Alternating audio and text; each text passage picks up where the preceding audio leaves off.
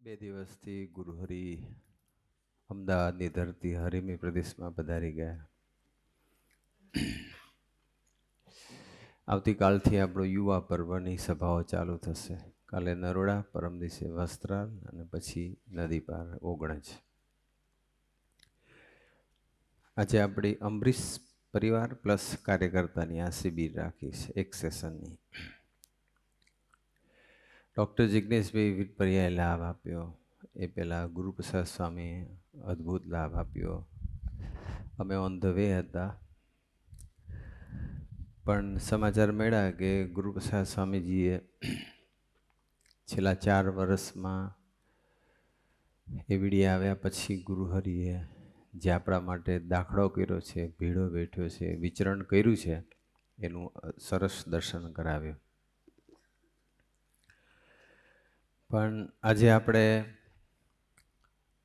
ગુરુહરિનું દર્શન તો થયું, ગુરુપ્રસાદ સ્વામીએ કરાવ્યું. આપણે તો ડૂબવાનું જ છે. પારાયણના માધ્યમથી આપણે ઘણી વખત ડૂબવાનો પ્રયત્ન કરીએ છીએ અને એ જ કરવા જેવું છે. પણ સાથે સાથે ભગવાન સ્વામિનારાયણથી માંડી ગુરુહરિ સુધીનો તો કદાચ આપણને મહિમા હોય, એ સહજ ગમે એમનો સહજ સ્વીકાર થાય, એમની આગળ સહજ નમી જવાય. પણ ભગવાનના જે ભક્તો છે, સંબંધવાળા જે મુક્તો છે, જે આપણી વચ્ચે જ છે, એનો મહિમા સમજવો, એનો ગુણ રહેવો એક ધાયરો, એની મર્યાદા રહેવી, એની આગળ સરળ રહેવું, એનો સ્વીકાર કરવો, એ આપણને કઠિન પડતું હોય. એટલે આપણે બધા એના ગુણો વિચારવા જોઈએ દરેકની અંદર. આજે એવો કંઈક આપણો નમ્ર પ્રયાસ છે કે હરિમય પ્રદેશના એવા અદ્ભુત, આમ બધા જ છે, દુનિયાની કોઈ પણ વ્યક્તિની અંદર એક ગુણ એવો હોય છે કે જે આપણામાં નથી હોતો. તો હરિપ્રબોધમ પરિવારના દરેક મુક્તોની અંદર તો ડેફિનેટલી એકથી વધુ ગુણ એવા હશે કે જે ગુણ મારે પણ શીખવા જેવા હશે. પણ આપણે દરેકમાં થોડુંક થોડુંક દર્શન કરીએ. જેવા રત્નો કહેવાય, ગુણાતીત રત્નો કહેવાય, આપણે એની થોડીક વિચાર, એનો સ્વાધ્યાય કરીએ. સ્વામીજીની કઠિન તપશ્ચર્યાના ફળ સ્વરૂપે અને ગુરુહરિના છેલ્લા 4 વર્ષના એક ધારા દાખલાથી આજે સમાજ એટલો બધો અદ્ભુત થયો, તૈયાર થયો છે. દરેક પ્રદેશમાં સરસ છે, પણ એસ્પેશિયલી અમદાવાદની ધરતી ઉપર હું દિલ તો ગુરુહરિને બી કહું છું, મૈત્રી સ્વામી જોડે બી વાત કરું, સંતો સાથે બી વાત કરું કે અમને અમદાવાદમાં એટલા સરસ વડીલો આપ્યા છે. હા જ કહેવાનું, બસ, નો શબ્દ નહીં. કોઈ પણ પ્લાનિંગ હોય, કોઈ પણ વિચાર હોય, કોઈ પણ એવું આયોજન કરવાનું હોય તો એ વડીલોને કહીએ એટલે યસ જ હોય. મને એવું લાગે છે કે કદાચ બીજે બધે સારા જ હશે, પણ અમદાવાદમાં જેવા વડીલો છે એવા કદાચ બીજે નહીં હોય. આટલા સારા વડીલો, એટલા સરસ વડીલો આપ્યા છે. આપણે એમની થોડીક એમના દર્શન કરી લઈએ વન બાય વન. બધાના તો પોસિબલ નહીં થાય, પણ ગુણ એટલા માટે ગાવા છે કે સ્વામીજીને વર્ષોથી આ અપેક્ષા, ઈચ્છા કે આપણે ભક્તોના ગુણગાન ગાયા કરીએ. ગુણાતીતાનંદ સ્વામી તો આપણને કહી જ દીધું છે, આપણું ધ્યેય છે બ્રહ્મરૂપ થવાનું, અક્ષરબ્રહ્મનો દેહ બાંધવાનો. તો એક જ લીટીની અંદર એમને જવાબ આપી દીધો, સોલ્યુશન આપી દીધું, રસ્તો દેખાડી દીધો. ગુણ ગાવાથી જીવ બ્રહ્મરૂપ થઈ જાય છે. સ્વામીજીની વાત કરીએ તો સ્વામીજી 1975ની સાલમાં ડેટ લખી જ છે, તમે વાંચી શકો છો, 26/11/1975 ઉભરાટમાં શિબિર હતી. અને એ શિબિરમાં સ્વામીજી બોલ્યા હતા કે હું રોજ રાત્રે સૂવા જાઉં ત્યારે મુંબઈથી લઈ પોરબંદર સુધીના બધા જ હરિભક્તોને સંભાળું, એમનો ગુણ વિચારું. શી જરૂર છે પુરુષને, સંપૂર્ણ પુરુષ હતા. એ આવું બધું શા માટે આપણને કહેતા હશે, અથવા શા માટે એમને ગુણ વિચારવાની જરૂર પડતી હશે? કંઈક ખૂટતું હશે એમનામાં? એમને કોઈ જરૂર છે? એમને કોઈ સ્વાર્થ છે? એ આપણને સૌને ડૂબાડવા માગે છે. આપણે સ્થૂળ દ્રષ્ટિથી કરોડો જન્મથી જોતા આવ્યા છીએ, મન બુદ્ધિથી જોતા આવ્યા છીએ, એટલે કોકના ગુણ તો દેખાય છે, પણ એના સ્વભાવ પ્રકૃતિ એટલા બધા દેખાઈ જતા હોય કે ગુણ દબાઈ જતા હોય છે. પણ સ્વામીજી આવું દર્શન કરાવે. 1975ની સાલમાં સ્વામીજી વાત કરી, જ્યારે સ્વામીજીએ પ્રોસ્ટેટનું ઓપરેશન કરાવ્યું 1997માં. પછી માથેરાનમાં આરામ કરવા માટે 11 દિવસ પધારેલા. ત્યારે રોજ જે સ્વામીજી સવારે સેવકને બોલાવે, યોગા કરવાના હોય એટલે મને બોલાવે, પછી કરે.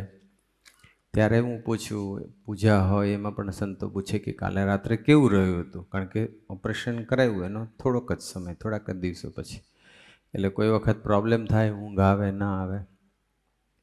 સ્વામીજી કે મને તો ઊંઘ આવે છે, પણ પછી એક દિવસ પૂછ્યું 19/3/1997ના દિવસે સ્વામીજીને પૂછ્યું કે સ્વામીજી કાલે આપને ઊંઘ આવી હતી?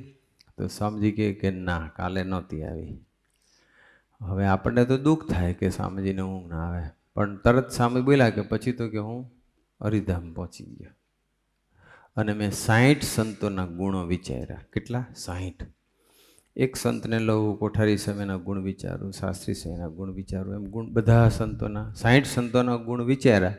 એમાં 4 વાગી ગયા સવારના, અને 4 વાગે પછી મને આંખ બંધ થઈ, પછી મને ઊંઘ આવી. શી જરૂર છે પુરુષ? આજે હું મારું વિચાર કરું તો કોઈ એવો દિવસ આવ્યો છે કે મેં 1.5 કલાક માટે પણ કોઈ હરિભક્તના ગુણગાન રાત્રે વિચાર્યા હોય, અથવા આપણે નિયમિત વિચારતા હોઈએ? જેટલા ભક્તોના ગુણ વિચારીશું ને એટલું આપણે એના અવગુણ દેખાતા બંધ થઈ જશે. આપણને એની સાથે આત્મીય થવાનું ઇઝી થશે. તો સ્વામીજી આવું નિરંતર દર્શન કરાવે. એથી આગળ વિચાર કરીએ તો સ્વામીજી જ્યારે હ્યુસ્ટન હતા 2010, ત્યારે પણ હું સ્વામીજીની સાથે હતો. બેકની ટ્રીટમેન્ટ માટે સ્વામીજી પધાર્યા હતા. ત્યારે એક વખત રાત્રે 12 વાગે સ્વામીજીએ મને બોલાવ્યો હતો રૂમમાં, અને પછી મને કે તારે 2 જ કામ કરવાના, 3 ગ્રંથમાં ડૂબી જવાનું અને હરિભક્તોના, પ્રદેશના હરિભક્તોના ગુણો વિચારવાના, આટલું જ કામ કરવાનું. સ્વામી કે આમાં બધું જ આવી ગયું. કે સ્વામી કે એટલા બધા સરસ હરિભક્તો છે, એટલા બધા સરસ હરિભક્તો. સ્વામી કે મારી આંખમાં આંસુ આવી જાય, કે એવા અદ્ભુત હરિભક્તો. પછી સ્વામી કે અત્યારે જે સમાજ છે ને સ્વામી કે એ જો સમાજ બાપાના વખતમાં હોત ને તો બાપાને 40 વર્ષ રસોડામાં ન રહેવા દેત. પણ સ્વામી કે ધરતીનું પુણ્ય નહીં હોય અને કા પછી બાપાએ દાસત્વનું ને ગરીબાઈનું દર્શન કરાવવું હશે. પણ અત્યારે તો સમાજ એટલો બધો અદ્ભુત છે. સ્વામીજીના વખતમાં આટલા સરસ હરિભક્તો, અત્યારે તો એથી પણ વધારે સરસ હરિભક્તો છે, જે સ્વામીજીની તપશ્ચર્યાનું પરિણામ છે. તો આપણે અહીંયા આપણી વાત કરીએ, અત્યારે આખા ગુણાતીત સમાજ કે હરિપ્રબોધમ પરિવારની નહીં, આપણે ખાલી હરિમય પ્રદેશની વિચાર કરીએ તો એમાં થોડાક હરિભક્તોનું આપણે દર્શન કરીએ. કેવો અદ્ભુત સમાજ છે. આજે બીજી કોઈ વાત નથી કરવી, ગુરુ હરિની વાત ગુરુપ્રસાદ સ્વામીએ કરી, આપણે ભક્તોનો વિચાર કરીએ. સૌ પ્રથમ વિચાર કરીએ કે આપણને આપ્યા છે આપણા પ્રમુખ તરીકે જગદીશ કાકા.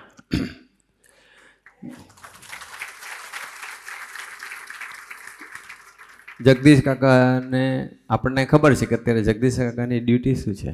ફક્ત હરિપ્રબોધમ ધામ અને હરિપ્રબોધમ પ્રાર્થના મંદિર, આ 16, અને પછી ઘોડાસરમાં બધું રિનોવેશન કરાવ્યું. હેમલભાઈને કેનેડાથી બોલાવી લીધા ગુરુ હરિએ, અને એમનું જે બિઝનેસ, જે બિલ્ડિંગનું બધું સ્પર્શનું, એ બધું હેમલભાઈએ સંભાળી લીધું અને કાકાને ટોટલ ફ્રી કરી દીધા. અત્યારે જગદીશ કાકા એટલે અત્યારે 24/7 ગમે ત્યારે એ, આજે અત્યારે અહીંયા હોય તો સાંજે પાછા હરિપ્રબોધમ ધામ હોય, પાછા ક્યારેક ઘોડાસર હોય. ટૂંકમાં 100% સત્સંગમય જીવન એટલે જગદીશ કાકા.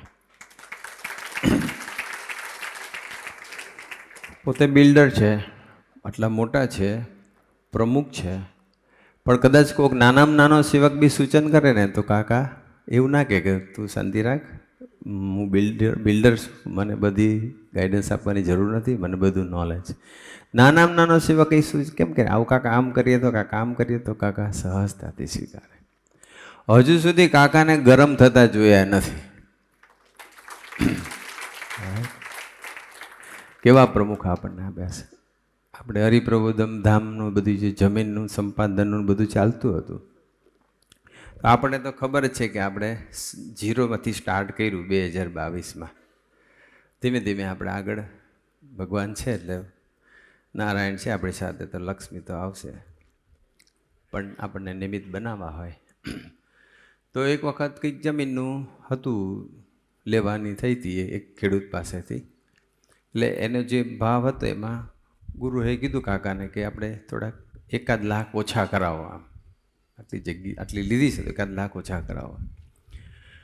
તો એક ખેડૂત કે જેની જમીન હતી એની સાથે ધોમધકતા તાપમાં બપોરના 1.5 કલાક સુધી એને કન્વિન્સ કર્યો, એને સમજાવ્યો. 1.5 કલાક સુધી તાપમાં. બાકી તેમ કહી શક્યા કે ચાલો ને 1 લાખ રહેવા દો ને, હું આપી દઉં. પણ ગુરુ હરિનું વચન હતું તો 1.5 કલાક ઉગાડા એટલે ખુલ્લા દિવસે તાપમાં એની સાથે ઊભા રહ્યા. તો ગુરુ હરિનું અત્યારે એમનું જીવન જોઈએ તો ગુરુ હરિ તરફથી કંઈક આવે અથવા મૈત્રી સ્વામી તરફથી કંઈક આવે એટલે પતી ગયું. મૈત્રી સ્વામીનો ફોન આવે કે આવી જાઓ તો સીધા જ જે જગ્યાએ હોય એ જગ્યાએ તાત્કાલિક પહોંચી જાય. એવડી બોલાવે તો એવડી, હરિપ્રબોધમ ધામ બોલાવે તો ત્યાં. અહીંયા પણ જ્યાં સુધી પૂરું ન થયું. કાકાની વિશેષતા શું ખબર? કાકાની જે આ બિલ્ડિંગનું છે ને એમાં ક્વોલિટીમાં કોઈ કોમ્પ્રોમાઇઝ નહીં, અને છતાં ક્વોલિટીની સાથે સાથે સ્પીડ, અને સ્પીડની સાથે સાથે પાછું મોસ્ટ ઇકોનોમિક કરે, ઓછામાં ઓછા ખર્ચે. જ્યારે નિર્ણયનગર કરવાનું હતું, જ્યારે ટેક્સચર લગાવવાનું હતું બહાર, તો બીજા એક આર્કિટેક્ટને અને બિલ્ડરને સોંપેલું, એટલે કહેલું તો એનું તમે બજેટ જુઓ, અને પછી કાકાએ કીધું જુઓ ને તો તમારે 2-3 મકાન થઈ જાય. એટલે કાકા એટલું બધું ઠાકોરજીનો પૈસો બી બચાવે અને સ્પીડ પ્લસ ક્વોલિટી, એટલે આપણને એવા સરસ માવતર આપ્યા છે. આપણે વિચાર કરીએ બીજું, ડૉક્ટર પરેશભાઈ દવે સાહેબને તો આપણે બધા ઘણા સમયથી ઓળખીએ છીએ. સાહેબ એટલે મમતાનું સ્વરૂપ. કોઈ પણ કામ અટકવા ન દે, ફાઇનાન્શિયલી હોય કે કંઈ પણ રીતે, એ બધું જ એને મંદિર પ્રત્યેની મમતા, ઠાકોરજી પ્રત્યેની મમતા, અમદાવાદના હરિભક્ત પ્રત્યેની મમતાનું અદ્ભુત એવું સરસ દર્શન થાય. જ્યારે નિર્ણયનગરનું કામ ચાલતું હતું ને હજુ ઘણું બધું મોટો પ્રોજેક્ટ હતો, બહુ મોટો પ્રોજેક્ટ, અને તે વખતે તો સમાજ કેવો અને કેટલો અને કેવું સમર્પણ આપણને ખબર છે.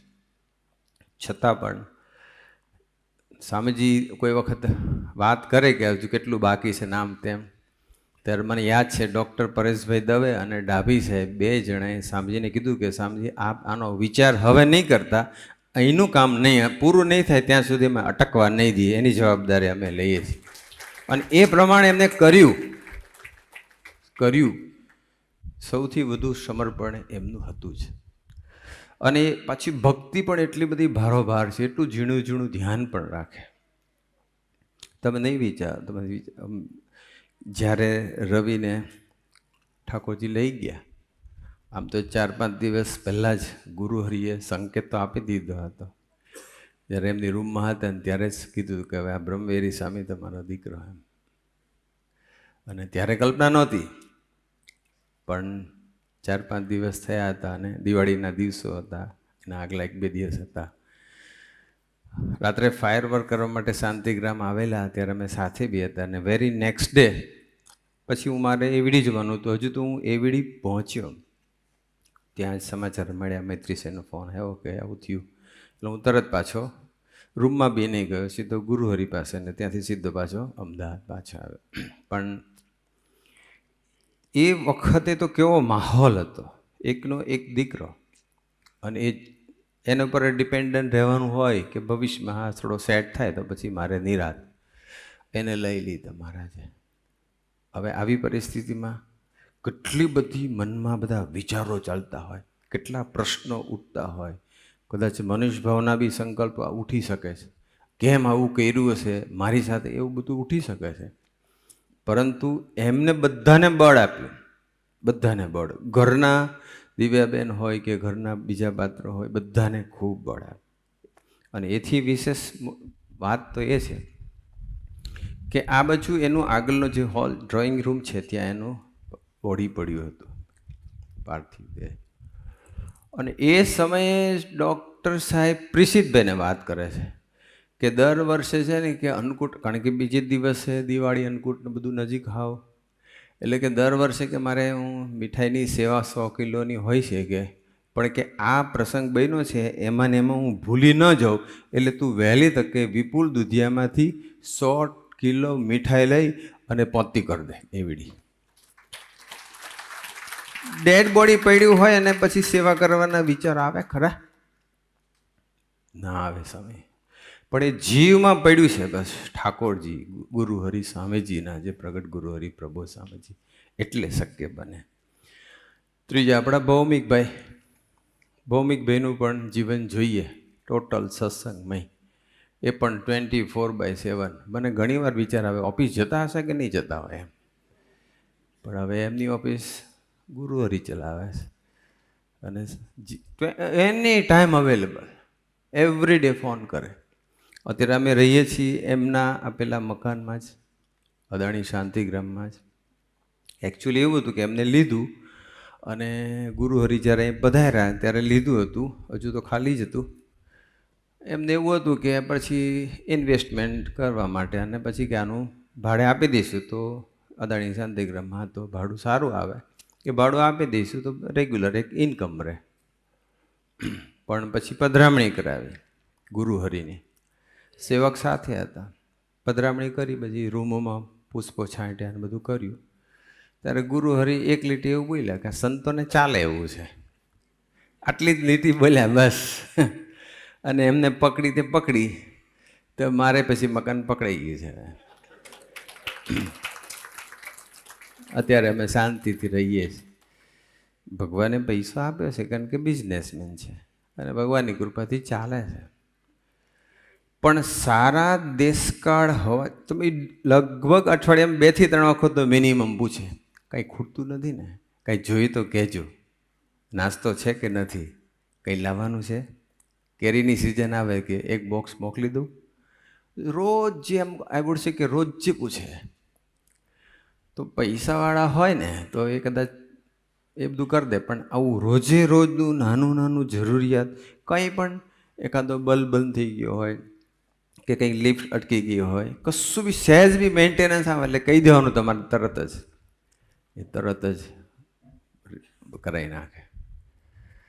એટલે એની અંદર 3 વસ્તુનું દર્શન થાય. સારા દેશકાળ હોવા એ તો કૃપાનો વિષય, કૃપા છે જ આપણે બધા ઉપર છે.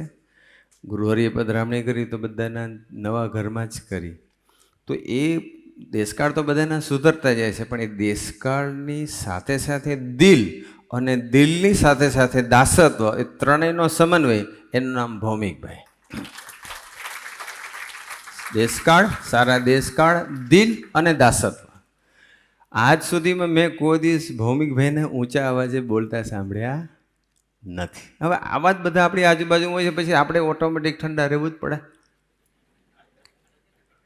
કોઈ દિવસ જગદીશ કાકાની વાત કરીએ કે સાહેબની વાત કરીએ કે બધા જ આવા અદ્ભુત વડીલોની આપણને ગોદ આપી છે. આપણે મુકેશ કાકાનો વિચાર કરીએ. મુકેશ કાકા એટલે અત્યારે કદાચ 74 વર્ષ હશે એમના, પણ યુવાની માફક દોડે. મધ્ય સિટીની અંદર ચિરાગભાઈ, જમીનભાઈ, બ્રજેશભાઈ, જે બધા કાર્યકર્તાઓ છે એની સાથે ખભે ખભા મિલાઈને દોડે, યુવકો સાથે યુવકો જેવા. અને અહીંયા આપણને ખબર છે કે કિચન ડિપાર્ટમેન્ટ સંભાળે, અત્યારે બધું એમની સેવામાં બિઝી હોય એમ, પણ એમાં પણ એટલું બધું એક્યુરેટ, અને માથે ઊભા રહે, જોવે કોઈ વસ્તુ ખૂટતી નથી ને ક્વિક ડિસિઝન લઈ લે. માનો કે કેરીનો રસ હોય અને કદાચ 25 જણાનું ખૂટ્યું તો તાત્કાલિક બીજી મીઠાઈ લઈ આવે, પણ એટલું મસ્ત આયોજન કરે, એટલી સરસ ભક્તિ અદા કરે. અને મુકેશ કાકાને પણ હું વાત કરું તો મેં પણ જ્યારથી મને આ અમદાવાદની સેવા સોંપી છે ત્યારથી આજ દિન સુધીમાં એકેય વખત વાણીથી નપાસ થયા હોય એવું સાંભળ્યું નથી. હું જે ગુણગાન ગાયરો છું એ હરિમય પ્રદેશ અમદાવાદની ધરતીના ગાયરું છે. Just for your kind information. આવા અદ્ભુત સમાજની વચ્ચે આપણે કેટલા બધા ભાગ્યશાળી છીએ. ભગવાન તો મળ્યા, પણ મને તો એમ થાય છે કે ભગવાન ગુણાતી વાતમાં લખ્યું ને, ભગવાન મળ્યા હોત પણ આ સાધુ ના મળ્યા હોત તો આટલો દાખલો કરીને કોણ સમજાવત. મને તો એમ લાગે ભગવાન મળ્યા, સાધુ મળ્યા, અને આવા હરિભક્તો પણ અદ્ભુત મળી ગયા. બસ આવા હરિભક્તો ના મળ્યા તો આજે સુખે સુખે ભગવાન ભજી શકાય છે. એટલા સરસ હરિભક્તોની ગોદ ગુરુ હરિએ આપી છે. ઘનશ્યામસિંહ બોપલ એ બી આપણને ખબર છે તો પોતે ક્ષત્રિય રાજપૂત છે, એટલે તો ગરમી તો હોવી જોઈએ ઓટોમેટિક, અને એનો રૂઆફ, એનો રોબ હોય આમ, પણ કોઈ દિવસ ઘનશ્યામસિંહ પણ દાસના દાસ થઈને વર્તે. અને એટલું બધું એક સમય એવો હતો કે બોપલની અંદર 2 કે 3 જણા સભા ભરતા હતા.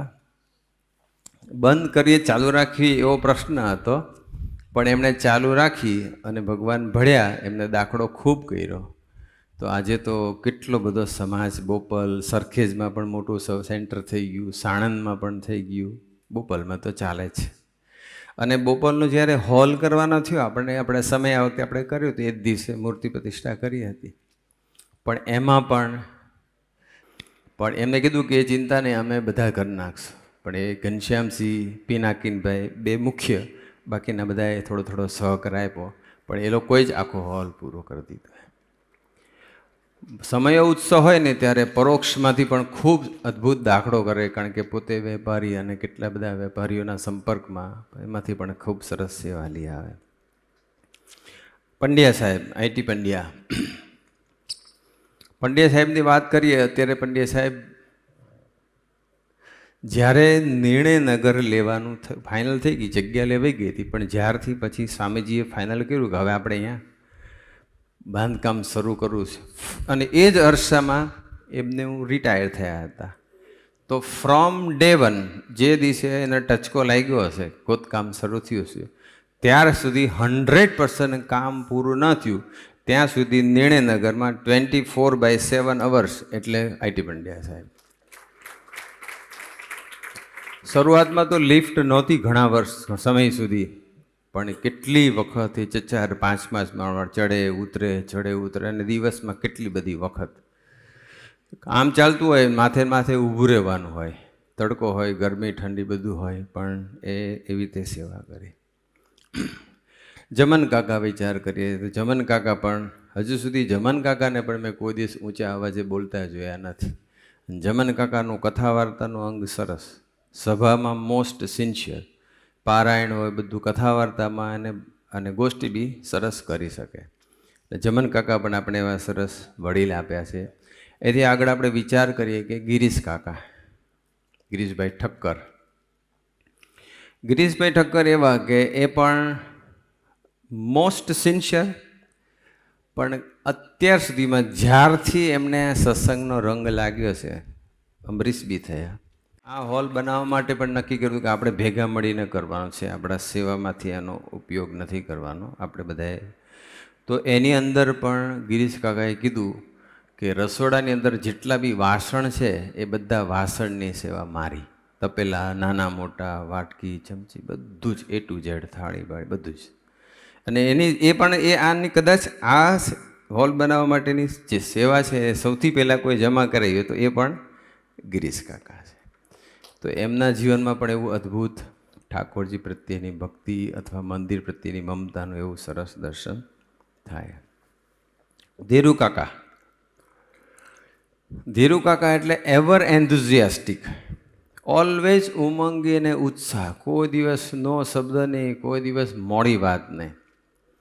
અને પરોક્ષની અંદર જ્યારે સમય ઉત્સવ આવે, આપણે યુવા મહોત્સવ કર્યો, કોઈ પણ આવે મોટી ઇવેન્ટ આવે, અને જ્યારે આપણે બહારથી સેવા લાવવાની હોય ને, તો એમાં સૌથી વધારે કોઈ દાખલો કરતું હોય, સૌથી વધારે જો કોઈ સંપર્ક કરતું હોય, અને બિલકુલ સાત્વિકતા રાખ્યા વગર એમને જરા પણ સેવા બહારથી લાવવામાં, અમુક જણ એવા હોય કે એને એમ થાય કે ભાઈ હું કાઢી લઉં, બાકી બહારથી હું નહીં. પણ ધીરુ કાકા, જગદીશ કાકાની પહેલાં એવું હતું શરૂઆતમાં કે ભાઈ આ બહારનું નહીં, હું આપી દઉં એમ. આ એમના વેવાય છે તદ્દન જુદું. હવે જગદીશ કાકાએ એવું શરૂ કર્યું છે, કારણ કે આ સમયમાં અનુભવ થયો હતો કે ધીરુ કાકાને જરાય સાત્વિકતા નડે. એમને જ્યારે ફ્રેક્ચર થયું, જ્યારે સમયની આગળના ઓલામાં ફ્રેક્ચર થયું હાથમાં, પણ તો બી એને એવી રીતે પ્રાર્થના કરે. અને જોગાનો જોગ હોસ્પિટલમાં હતા ત્યારે પ્રબોધ સ્વામીએ સ્વપ્નમાં દર્શન આપ્યા અને સ્વપ્નમાં એમને પ્રાર્થના કરી. અને પ્રબોધ સ્વામીએ કીધું કે હવે થોડાક દિવસ તમને સારું થશે અને 2 છોકરાને લઈને દોડવાનું ચાલુ કરો. અને ખરેખર એવી રીતે ચાલુ કર્યું. બાકી બહુ જ મલ્ટિપલ ફ્રેક્ચર હતી, બધું ઘણું બધું તૂટી ગયું હતું, પણ એ સમયમાં પણ ખૂબ દોડ્યા. એમની સાથે કનુ કાકા હોય જ. કનુ કાકા પણ પોતાની સેવા હોય અને પરોક્ષની સેવા હોય, એમાં કોઈ દિવસ પાછી પાની નહીં. પછી અમદાવાદના કોઈ દરિયાપુરમાં ફરવાનું હોય કે અમદાવાદના કોઈ બી ખૂણામાં ફરવાનું હોય, કનુ કાકા હંમેશા એમ પણ એવર એન્થુઝિયાસ્ટિક, એવર. કોઈ દિવસ નો શબ્દ નહીં, કોઈ દિવસ મોડી વાત નહીં, કોઈ દિવસ ફરિયાદ નહીં, કેટલું થયું છે પૂછવાનું નહીં, જે બસ દોડ્યા જ કરે. તુલસી કાકા આપણા સાણંદના વડીલ દરજી છે, રાઈટ. પણ આજે સાણંદ મંડળ ટક્યું. સાણંદ એ છે ને, આપણે પેલો તેલાવનો સમય છે ને એની ભેટ છે. તેલાવના સમયમાં સાણંદથી બધા આવવા માંડ્યા અને ત્યારથી આ વિપુલભાઈ બી જો બેઠા છે, તુલસી કાકાની સાથે ખભે ખભો મિલાઈને વિપુલભાઈ બી દોડે. પણ આજે સાણંદ મંડળ જીવંત છે અને એની જે કંઈ પ્રગતિ છે એનો મુખ્ય જો કોઈ કારણ હોય તો એ તુલસી કાકા છે. અને વિનમ્ર સ્વામી બેઠા જ છે અહીંયા. વિનમ્ર સ્વામીનો ગમે ત્યારે ફોન આવે કે હવે થોડાક દરજીને લઈને પહોંચી જાઓ મંદિરે, એટલે આવી જાય. અને એમની ઘણા સમયથી ઈચ્છા છે અને થોડા દિવસે કહે છે કે મારે બસ હવે પરમનન્ટ છે, આમ આવી ગયું છે. બધું બસ હવે આ કાકાએ શરૂ કર્યું છે, કન્સ્ટ્રક્શન પૂરું થાય એટલે પછી તમે બોલાવી લેશે વિનમ્ર સ્વામી. પણ એ મંદિરની સેવા હોય, સાણંદ સત્સંગની સેવા હોય. અને એમના જીવનમાં કેવું ખબર છે, ગુરુ હરિ તરફથી જે હોય તે આજ્ઞા આવતી હતી. અમને તો અમારા સંતો કે વડીલો કે એ જ અમારે ફાઇનલ. બસ જ્યારે આપણે પ્રસંગ બન્યો અને પછી થોડુંક આમ છૂટા પડ્યા, તે વખતે બહુ બધા આમ એ પરિસ્થિતિ જ્યારે નીકળવાનું હતું ત્યારે આમ બધું બહુ પરિસ્થિતિ એવી હતી કે આમ ખબર ના પડે કે કોણ કઈ બાજુ છે. પણ એમનું એક જ, અમને હરિપ્રસાદ સ્વામીજીએ અમારા પ્રાદેશિક સંતની આજ્ઞામાં રહેવાનું કીધું છે, એ જે બાજુ હોય એ બાજુ. અમને ફોન બી ઘણાએ કર્યો કન્વિન્સ કરવા માટે, પણ કે નહીં, અમારે તો એ જે બાજુ હશે એ બાજુ અમે રહીશું. અમારે પેલા વિરાટનગરવાળા બી પ્રદીપસિંહ ને ગજેન્દ્ર ડોડિયા ને.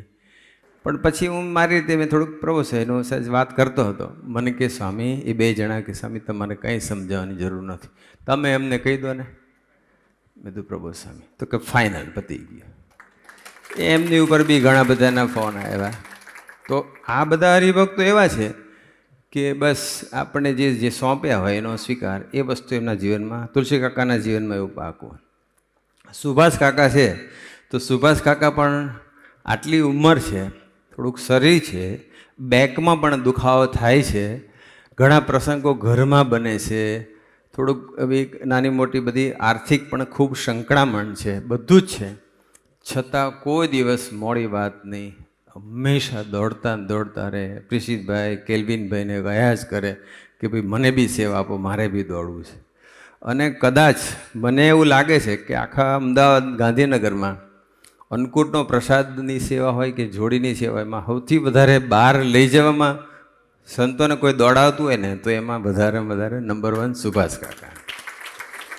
આજે પણ એમની પાસે એટલા કોન્ટેક્ટ છે અને સંતોને લઈ જાય અને બધાને આમંત્રણ બી આપે. પ્લસ વ્હાઇટ એન્ડ વ્હાઇટની કે બધી જે સેવા હોય એમાં તો પાછા એ હોય જ. એવા ને એવા અમારા ભરતસિંહ છે, એ પણ ગાંધીનગરના પેથાપુર, હવે એ કુડાસન રહેવા આવી ગયા. પણ મેં વાત કરી એમ, ભરતસિંહને તો કોઈ પણ ભોગે હરિભક્તોને સારામાં સારી રસોઈ મળે અને ઓછામાં ઓછા ખર્ચે મળે. આજની જ વાત કરું, આજ સવારે અમે હજુ હું પહોંચ્યો ત્યાં હરિપ્રસાદમાં ભૌમિકભાઈના ઘરે. અમે સોફા પર બેઠા હતા. પછી બધું કાંઈ ઇવેન્ટ થાય તો એનો બધું ઇવેન્ટ થાય એનો ખર્ચો બધા ભેગા મળીને પ્લાનિંગ કરી કાઢજો. એટલે બધા વાત કરતા હતા ને પછી એ મને કહે કે મને એ સમજાતું નથી કે 100 રૂપિયામાં મીઠાઈ સહિત અમદાવાદની ધરતી પર આટલું બધું કેવી રીતે શક્ય બને. મેં તો મળો ભરતસિંહ ને મુકેશ કાકાને, બીજું હું. હવે એ લોકો એવું મેનેજ ઘણી વખત તો, અને પાછી એવું નહીં કે લિમિટેડ હોય, અનલિમિટેડ. મીઠાઈ બી અનલિમિટેડ હોય અને 1-2 આઈટમ ન હોય, લગભગ 8, 10, 12 આઈટમ હોય. અને છતાં પણ એ ઓછામાં ઓછા ભાવે અને સારામાં સારું કરે. એટલે એ લોકોની પણ મમતા અદ્ભુત છે. એમાં ભરતસિંહ એટલે હંમેશા કાયમ આપણને એમ થાય કે ભરતસિંહને જ સેવા સોંપાય. અને હવે નીરવભાઈ ગોંડલિયા પણ સરસ સેવા કરી રહ્યા છે. બિતુલભાઈની વાત કરીએ તો બિતુલભાઈ અને બીજા 4-5 જણા એવા છે, જ્યારે છે ને બધા પ્રસંગો બનતા હતા અને પછી એવું એક નક્કી થયું કે હવે આપણે અલગ થવું પડશે. પરિસ્થિતિ એવી હતી એટલે. તો ત્યારે કોને કેવી રીતે ક્યાં જવું કશું જ પ્લાનિંગ નહોતું. પછી ધીમે રહીને એવું થયું કે સંતો સેવકો બધા આપણે ભરથાણા જઈએ. ભરથાણા હરિભક્તો ત્યાં 4-5 એવા મકાન મળી જાય. એમાં અમારે 100-150 જણે સેટ થવાનું હતું. પ્રશ્ન આવ્યો બહેનોનો, કે બહેનોનું શું કરવું, બહેનોને કેવી રીતે. એટલે ગુરુપ્રસાદ સ્વામી, સુરત સાંઈ બધા મને કહેવા આવ્યા. મને કે અમે રૂમમાં જતા, અમે ગુરુ એક જ રૂમમાં રહેતા હતા. એટલે કે હવે આપણે બહેનોનું તમે 20-25 બહેનોનું સેટ કરી શકો અમદાવાદમાં. અને પાછું આ કેવું હતું, ઇનડેફિનેટ હતું, નક્કી નહોતું કે હજુ બી નક્કી નથી થતું, થઈ જશે પણ ટાઈમ આવશે. પણ ત્યારે ગુરુપ્રસાદ સ્વામીજી બધાએ મને કહ્યું, મેં કીધું ચાલો મને થોડીક મિનિટ આપો. અને પછી મેં ફોન કર્યો, જેટલાને ફોન કર્યો, તમને નામ આપું, જગદીશ કાકા. તો જગદીશ કાકા કીધું કે મારો ઉપરનો ફ્લોર છે હું આપી દઉં છું. એમની દીકરી પિંકીનો આખો ફ્લેટ છે 4 BHKનો, બધી એકદમ એટેચ સંડાસ બાથરૂમ સાથે, એ આપી દઉં. એમને હા પાડી દીધી. ઉત્સવબેન રાકેશભાઈને ફોન કર્યું તો કે અમે જે નવું બનાવ્યું, જેમાં હું પહેલાં ત્યાં રહેતો હતો શરૂઆતમાં, એ જે મકાન છે એ કે મકાન અમે આપી દીધું. પ્રિશિતભાઈને કીધું, પ્રિશિતભાઈ કે મારું જે મકાન છે ને હું ભલે ભાડે રહું છું, બીજે રહેવા જતો રહીશ. અને આમાં બધા, કારણ કે એ પણ 4 બેડરૂમ વાળું છે, એમાં બધા આવી જશે, ઘણા બધા આવી જશે. પછી ડૉક્ટર પરેશભાઈને કીધું તો પરેશભાઈ કે ભક્તિનો જે ફ્લેટ છે ને એ આખો હું આપી દઉં છું અને જેટલો સમય રાખો એટલો રાખજો. બસ બધાને હું કહું જોઈજો, પાછું 2-4-6 મહિના પછી એવું ના કહેતા કે હવે ક્યારે, આનું કાંઈ નક્કી નહીં. 6 મહિના, વર્ષ, 2 વર્ષ, 3 વર્ષ, 4 તો થઈ ગયા, એટલે નક્કી નહીં એમ. બિતુલભાઈને કીધું તો બિતુલભાઈએ તરત જ કહી દીધું કે મારું થલતેજવાળું જે મકાન છે સનન સ્ટેપ ક્લબ પાસે, એ હાઉસ એ આપી દીધું. મેં કીધું જો પછી તમે, તો કે ના હું નરોડા જતો રહું છું અને પરમાનન્ટ આપ્યું, જેટલા વર્ષો રહેવો એટલા વર્ષ રહે કે. એટલે મેં કીધું સારું, જરૂર હતી 25ની અને બધું વધારે મળે. એટલે હું પાછો આવ્યો એમની પાસે. મેં કીધું કેટલા બહેનો છે આવવાના છે, રફલી કે આઈડિયા. ત્યારે કંઈક 65-70 જેવું કંઈક આંકડો આવ્યો હતો. મેં કીધું 90 સુધી હોય ને ત્યાં સુધી બધાને અમદાવાદ રહે, કારણ કે થોડાક અમદાવાદ રહે, થોડાક આણંદ રહે, થોડાક વડોદરા રહે, થોડાક સુરત રહે, ક્યારે ભેગા થાય. મેં કીધું આપણે બધાને અમદાવાદમાં, કારણ કે આ બધાનો સહકાર મળી ગયો. બધાએ મકાન આપી બી દીધા. પણ પછી એ લોકોને ખબરની દયા આવી ગુરુહરિને. એથી આગળ હવે આપણે થોડાક યુવકોનું વિચારી લઈએ, પછી આપણે ગુરુહરિનો લાભ લેવો છે. પણ અત્યાર સુધી આપણે છે ને ભગવાન સ્વામિનારાયણ, ગુણાતીત શાસ્ત્રીમાં, યોગીમાં, સ્વામીજી પ્રભુ સાંઈ બધાના બહુ ગુણગાન ગાયા. પ્રિશિતભાઈનો દર્શન કરીએ, બધા તાલી પાડે છે. કદાચ આખા હરિમય પ્રદેશની અંદર બધા જ યુવા કાર્યકર્તાઓ સરસ છે, બધા સરસ દોડે છે. પણ યુવા પ્રવૃત્તિમાં 24/7 ઇઝ એટલે મીન્સ પ્રિશિતભાઈ.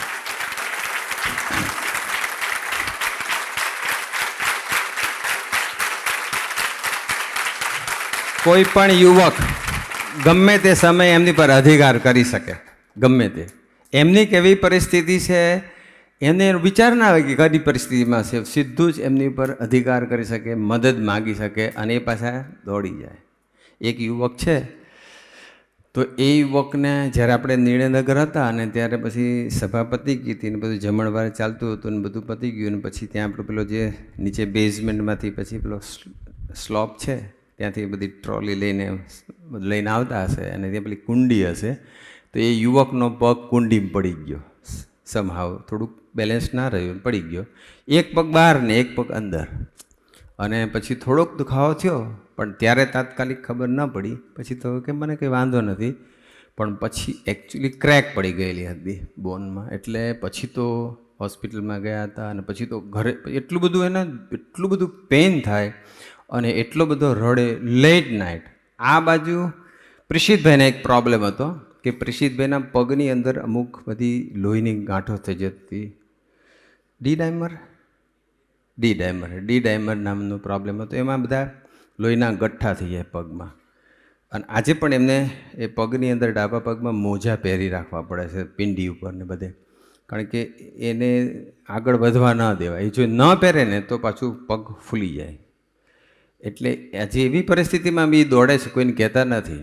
પણ એ હોસ્પિટલમાં હતા, પગ લાંબો કરેલો હતો, એમની ટ્રીટમેન્ટ ચાલતી હતી અને એમે ડૉક્ટરે એવું બી કહી રાખ્યું કે જો આ ગાંઠ છે ને જે ગઠ્ઠા થઈ ગયા એ જો નીકળી આગળ વધે ઉપર જાય, બ્રેઇનમાં જાય તો બ્રેઇન સ્ટ્રોક આવી શકે છે, હાર્ટમાં જાય તો હાર્ટનો સ્ટ્રોક આવી શકે છે. આવી પરિસ્થિતિમાં પેલા એ ફોન કર્યો કે પ્રિશિતભાઈ મને બહુ આવું થતું. તાત્કાલિક પ્રિશિતભાઈ પહોંચી ગયા. ડૉક્ટરને રિક્વેસ્ટ કરી કે મારે જવું પડે છે તો હું અત્યારે જઈ આવું. ડૉક્ટરે છૂટ આપી. એ હોસ્પિટલમાંથી નીકળીને બીજી હોસ્પિટલમાં પહોંચી ગયા અને આખી રાત પેલાની સાથે રહ્યા. બસ એને ટ્રીટમેન્ટ કરાવી, એની દવા લાવી દીધી, બધું પ્રિસ્ક્રિપ્શન આ તે બધું જ વસ્તુ એમને સેવા કરી. એટલે હમણાં રિસેન્ટલી વાત કરું, થોડાક જ દિવસો પહેલાંની વાત છે, એપ્રિલની છે. તો આપણે એક દીકરો માધવ હિંડુ છે, રાજકોટનો દીકરો છે, અહીં જોબ કરે છે. એ જતો હશે અને ખાડામાં પડ્યું, ધ્યાન ન રહ્યું અને ખાડામાં પડ્યું.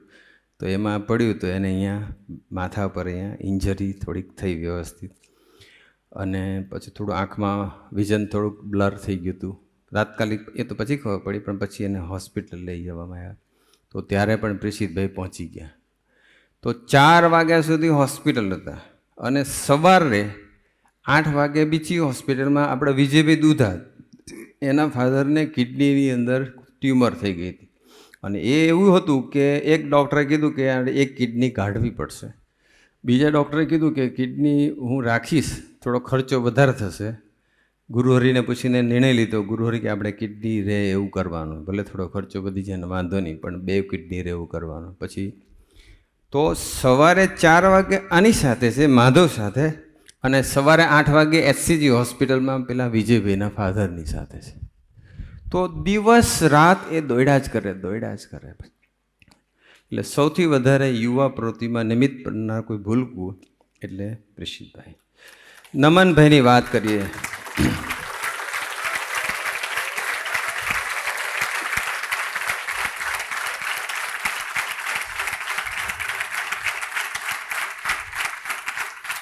નમનભાઈ પણ સેમ 24/7, ગમે ત્યારે ઓફિસમાં હોય કે ઘરે હોય ગમે ત્યારે પહોંચી જ જાય. એક ખાલી પ્રસંગ કહું એમનો. આપણા ભવ્યભાઈ છે બારોટ, હવે એમની સિસ્ટરના લગ્ન ઉત્સવભાઈ સાથે હાંસોલવાડા સાથે નક્કી થયા. પેલા બારોટ છે, પેલા પટેલ છે. લગ્ન થઈ ગયા. હવે એમના બધા મામા અને બધા રિલેટિવ્સ એ લોકો આ સંબંધ માટે એગ્રી નહોતા કે આપણે તમે શા માટે કાસ્ટની બહાર કરી, કારણ કે એ લોકો સત્સંગી નહોતા, નિષ્ઠા નહોતી. એટલે એ લોકો પછી સપોર્ટ આપવા માટે રેડી નહોતા. સાદાઈથી લગ્ન કરવાનું નક્કી કર્યું. એક વકીલને રાખ્યો. વકીલની જે દુકાન હતી એની કોઈ ઓફિસ, એની બહાર એક નાનો મંડપ, અને દિવસમાં એ નાનકડા મંડપમાં ફેરા ફરવાના અને પછી ફોટોગ્રાફી કરવાની. એટલે આગલા દિવસની વાત કરું છું. સાંજે એને થયું કે જોવા તો જઈએ અને કેવું બધું આયોજન કર્યું છે. તો રોડ ઉપર એક નાનકડો મંડપ, એમાં ફેરા ફરવાના ફોટોગ્રાફી એટલે ભવ્યને એવું થયું કે મારી સિસ્ટર લગ્ન આવી રીતે તો હું ના કરાવું. તો હવે તો 24 કલાક જ બાકી હતા, લેસ ધેન 24 અવર્સ. એટલે લોકો ટેન્શનમાં આવી ગયા. પછી કે કરવું શું? એટલે પછી રાત્રે 11:30 વાગે નમનભાઈને ફોન કર્યો. નમનભાઈ તમે પ્લીઝ તાત્કાલિક આવી જાઓ ને, મારે બહુ અર્જન્ટ તમારી જરૂર છે. એટલે નમનભાઈ આવી જાઓ. એટલે રાત્રે 11:30 વાગે નમનભાઈના ઘરે પહોંચી ગયા. નમનભાઈ કીધું બોલો શું તકલીફ છે, શું સેવા છે?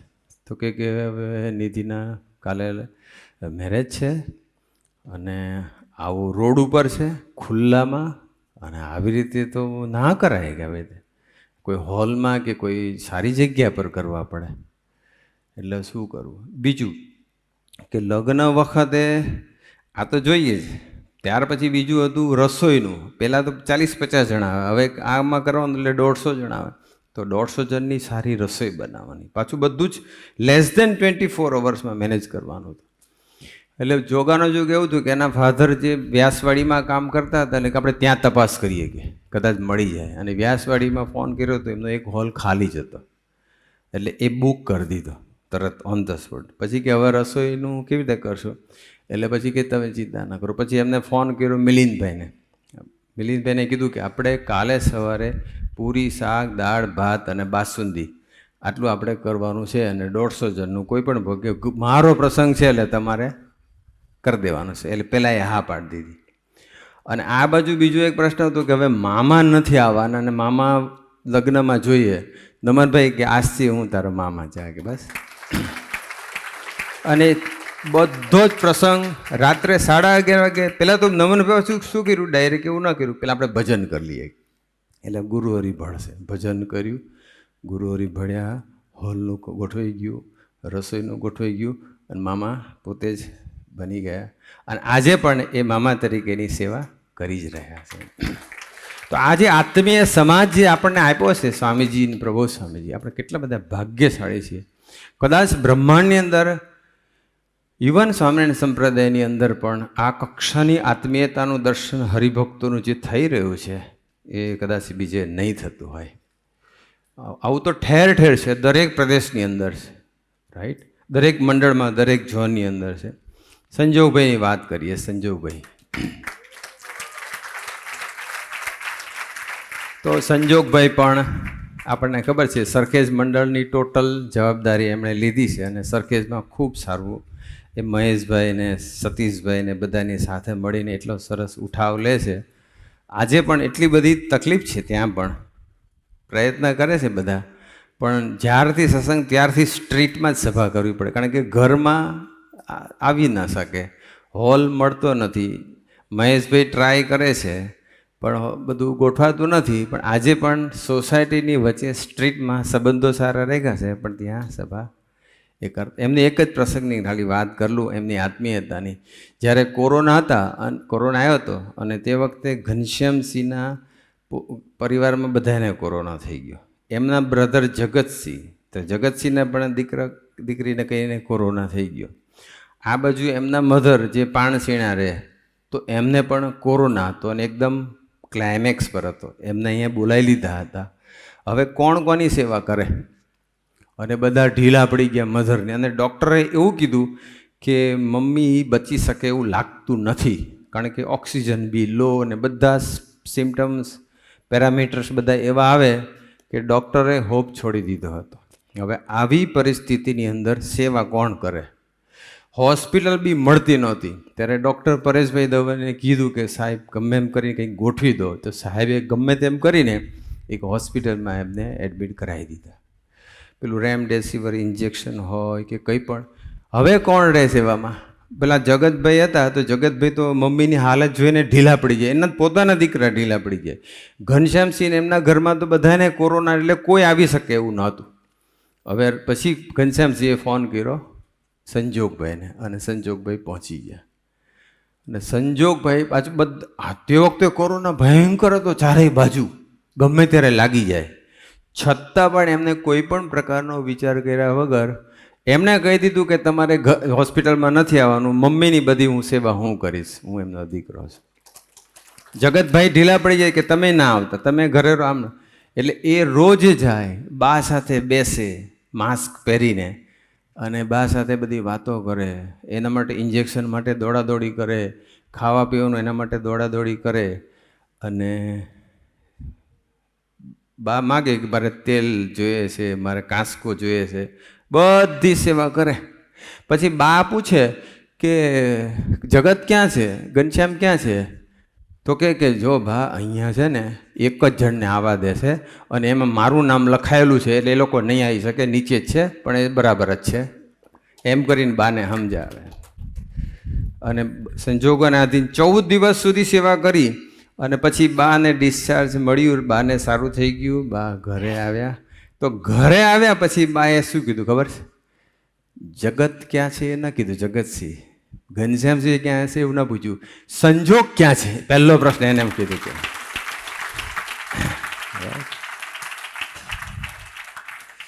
એટલે આવા આત્મીય સમાજનું અદ્ભુત ગુરુ હરિએ દર્શન કર્યું છે. આપણે હવે ફટાફટ પૂરું કરીએ. ચિરાગભાઈની વાત કરીએ તો ચિરાગભાઈ પણ 24/7.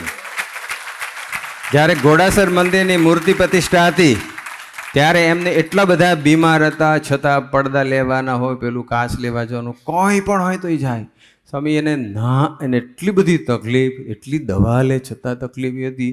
તો કાપડના પેલા પડદાના કાપડ લેવા જે દુકાને બેઠા હોય તો એને વોમિટ થાય, તો દૂર જઈને વોમિટ કરી આવે, પછી પાણી પીવે, પાછા બીજે એટલા બધા. પછી સંજોગોની પડદો લાવ્યા તો પડદાની ક્વોલિટી થોડીક એ હશે, દરજી કે આ નહીં ચાલે, તો બીજું લેવા પેલા ના પડી, બધા પાર્થભાઈ, જયમીનભાઈ બધા ના પડી, તો કે ના હું જોઉં ને ગયા.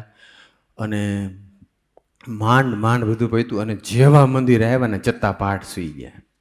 પછી કીધું હવે તમે જતા રહો ઘરે, તમારે હવે આવવાનું નથી, પ્રતિષ્ઠાના દિવસે સવારે આવી જજો, હમણાં આવવાનું નથી. પણ આટલું બધું દેહની તકલીફ હોવા છતાં પણ મંદિરની સેવામાં એ બહુ જ બિઝી રહ્યા. એટલે આ મંદિર પ્રત્યેની મમતાનું કેટલું અદ્ભુત દર્શન છે. સંજયભાઈ પાડલિયાનો પ્રસંગ ખબર જ છે કે જ્યારે સ્વામીજીના ઠાકોરજીની સુવર્ણ તુલા કરવાની થઈ હતી અને ત્યારે આપણે ગોલ્ડ ખૂટતું હતું, ત્યારે આપણે પંડ્યા સાહેબના ઘરે, ડૉક્ટર પરેશભાઈ અને પંડ્યા સાહેબના ઘરની વચ્ચે એક મિટિંગ કરી હતી અને કીધું કે આપણે બધાએ હવે આપણે આબરૂ ના જવી જોઈએ, કોઈ પણ ભોગે આપણે આટલું ખૂટે છે, બધા કંઈક કરો. તો સંજયભાઈ પાસે કશું હતું નહીં, પણ સૌરાષ્ટ્રમાં ગામડે એમની પાસે એક ચેન પડી હતી, તાત્કાલિક એ ગયા અને ચેન લઈને પાછા આવી ગયા. બસ સર્વસ્વનું સમર્પણ કરી દીધું એમણે. એથી બીજી એક વાત કરું નાનકડી, આપણને ખબર છે અત્યારે ગાંઠિયાનું બધું કરે છે, બિઝનેસ છે એમનો, ગાંઠિયા જલેબી તમને જમાડે છે ને અમને એવીડીવાળાને પણ જમાડે. હમણાં જ અમને બધાને જમાડ્યા. તો એક વખત શું થયું હતું, એમની દુકાનમાં આગ લાગેલી, બધાને ખબર હશે જે જૂના હશે ને. અને આગ લાગી એટલે બધા ભક્તો પહોંચી ગયા, ડોલ ડબલું જે મળ્યું તે બધા ઓલવા માંડ્યા. તો એ ઊભા આમ જોતા હતા, આમ ગણતા હતા કોણ કોણ આવ્યું છે. એ કેવી રીતે ગણતા ખબર? કોઈ પૂછે તમે શું કરો છો? તો કે હું ગણું છું કેટલા જણે મારે કેટલા જણનો આઈસ્ક્રીમ લાવવાનો. આ બાજુ હરિભક્તો એની દુકાન ઠારવા પ્રયત્ન કરે છે અને એ ઊભા હરિભક્તોની આંતરડી ઠારવા માટે પ્રયત્ન કરે છે. કેવો સમાજ! અને હરિભક્તો જ્યારે બી એમના ઘરે જાય ને તો એ અંદર દુકાનમાં બેસાડી દે અને સીધું શટર, ટાઈમ ના જોવે. અને આજુબાજુમાં નાસ્તાની ઘણી દુકાનો છે, હવે કોઈ ગ્રાહક આવ્યો હોય અને શટર બંધ હોય કે રાહ ના જોવે, બાજુમાં જતો રહે. બાજુમાં ઘણી દુકાનો નાસ્તા પાણી. પણ હરિભક્તને કહે બી નહીં ખબર છે વાર ઉભાર થાય, નીકળો તો પાછા ગ્રાહક આવે. એક તો મફત કર જમાડવાનો જોજે, પાસે એનો અર્થ તમે પાછું પહોંચી નથી રોજે રોજ. અને એને એ આવે એટલે શટર બંધ ને જમડે શાંતિ. તો કેટલી બધી ધામધામ, એને મુક્ત સિવાય એમના જીવનમાં બીજું કાંઈ છે જ નહીં. સંજયભાઈનો એક છેલ્લો પ્રસંગ કહી મારી સેવા પૂરું, 10 વાગી ગયા. સંજયભાઈ પણ એવા ફોટોગ્રાફર છે, આદર્શ જીવન જીવે છે. સંજયભાઈનો હળાહળ કળિયુગ છે. આપણને ખબર છે કે અત્યારે પ્રથમ 18 એ બહુ મોટી ચેલેન્જ હોય છે અને ગુરુહરિને સ્વામીજી ખૂબ એવી અપેક્ષા આપણી પાસે રાખતા હોય છે. સંજયભાઈનું એવું છે કે સંજયભાઈનું ફોટોગ્રાફીનું એટલે એવું ના હોય, જોબ નહીં, જ્યારે કામ મળે ત્યારે જવાનું હોય, બાકી ઘરે હોય. એમના વાઈફ, એમની દીકરી કંઈક પિયર ગયા છે અને એમનો બ્રધર કિશન અને એમના વાઈફ અને એનો નાનો દીકરો એ ઘરે. કિશન જોબ કરે એટલે સવાર થાય 9 વાગ્યાની આસપાસ, એટલે કિશન જોબ પર જાય એટલે ઘરે કોણ બેઠું? સંજયભાઈ અને એના ભાઈના વાઈફ અને પેલો નાનો દીકરો. પણ જેવો કિશન જાય ને તરત જ એ પેલું ટિફિન લંચ બોક્સ લઈ જાય અને ચરણજમાં દીકરાઓ સાથે જતા રહે અને ત્યાં જઈને લેપટોપ લઈ જાય અને એનું ફોટોનું એડિટિંગનું હોય એ કામ કરે અને પછી ત્યાં જ જમે, ત્યાં જ રહે આખો દિવસ. એટલે પછી થોડા દિવસો સુધી તો કોઈ પૂછ્યું નહીં. પછી એક વખત પૂછ્યું કે આપણે સંજીવભાઈ, તમે તો નજીક જ છે તમારું ઘર, તો તમે કેમ અહીંયા આવીને જમો છો? તો કે ભગવાન સ્વામીને શિક્ષાપત્રીમાં કહ્યું છે ને કે એકાંત હોય તો આપણે કોઈ કેટલું પોતાના ભાભી હતા પણ નહીં, એકાંતમાં નહીં રહેવાનું, નહીં રહેવાનું. તો આવું એક સ્વધર્મયુક્ત જીવન જીવતું દર્શન આપણને સંજયભાઈ કરાવ્યા છે. એ આપણે બધાએ શીખવાની જરૂર છે. સ્વામીજી તો કહેતા કે આપણે કોઈના બી ઘરે જઈએ અને ઘરે કોઈ ભાઈ ના હોય, કોઈ પુરુષ ના હોય, તો ઘરમાં આપણે નહીં જવાનું, એકાંતમાં નહીં રહેવાનું. એટલે આવું એક સ્વધર્મનું દર્શન પણ અદ્ભુત. આ આપણે અત્યારે તો 20 જેટલા ભક્તોનું દર્શન કર્યું, પણ આપણે ઘણા બધાનું દર્શન કરાવી શકીએ એમ છે. બધા અદ્ભુત જીવન જીવે છે. તો આવો એક અદ્ભુત સમાજની વચ્ચે આપણને જ્યારે રહેવાનું મળ્યું છે ત્યારે ગુરુ હરિના ચરણોમાં પ્રાર્થના. સ્વામીજી ખૂબ કહેતા હતા કે રોજ ભક્તોના ગુણ વિચારીને સૂઈ જવું બસ. તો અમને એવા આશીર્વાદ આપો કે આ ગુણ ગાવાથી જીવ રમરૂપ થઈ જાય. એ વાત તો અમે ખૂબ સાંભળી છે, પણ હવે બધા અમે નિયમિત બધાના ગુણો વિચારી શકીએ અને એમની સાથે આત્મીયતાથી જીવન જીવી શકીએ. એ માટે અમને ખૂબ ખૂબ બળ બુદ્ધિને શક્તિ આપો, એ જ પ્રાર્થના. સજાનંદ સ્વામી મહારાજની જય.